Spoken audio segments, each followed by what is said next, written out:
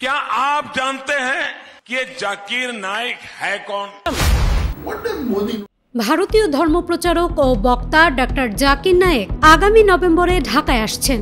এ খবর প্রকাশের পরপরই নড়ে চড়ে বসেছে দিল্লি। ভারতের পররাষ্ট্র মন্ত্রণালয়ের আবদার, দেশটিতে ওয়ান্টেড জাকির নায়েক ঢাকায় পৌঁছানোর সঙ্গে সঙ্গেই যেন তাৎক্ষণিক আইনগত পদক্ষেপ নেওয়া হয়। কিন্তু এই অবস্থানকে অনেক বিশ্লেষক দেখছেন দ্বৈত মানদণ্ড হিসেবে, কারণ একই সময়ে ভারত সে দেশে অবস্থানরত পলাতক স্বৈরাচারী শেখ হাসিনাকে ফেরত দেওয়ার প্রশ্নে সম্পূর্ণ নীরব। জুলাই মাসে গণঅভ্যুত্থানে ক্ষমতাচ্যুত হওয়ার পর হাসিনা ভারতে আশ্রয় নেন। মানবতা বিরোধী অপরাধে অভিযুক্ত শেখ হাসিনাকে ফেরত চাওয়ার বিষয়ে বাংলাদেশ সরকার একাধিকবার দিল্লির সঙ্গে যোগাযোগ করলেও মেলেনি কোনো ইতিবাচক সাড়া। সে দেশে বসেই বাংলাদেশে উগ্র ও সন্ত্রাসী কর্মকাণ্ডের ব্রিজ প্রতিনিয়তই বপন করেছেন তিনি। দিল্লি বিষয়টিকে অভ্যন্তরীণ বিষয়ে আখ্যা দিয়ে পাশ কাটিয়ে গেছে বারবার।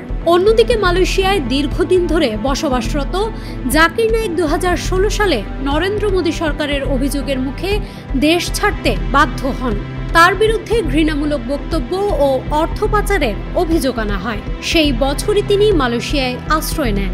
একদিকে হাসিনা ইস্যুতে ভারতের নীরবতা এবং জাকির নায়েক ইস্যুতে অতিরিক্ত সক্রিয়তা, সব মিলিয়ে প্রশ্ন উঠছে নয়াদিল্লির নৈতিক অবস্থান ও কূটনৈতিক ভারসাম্য নিয়ে।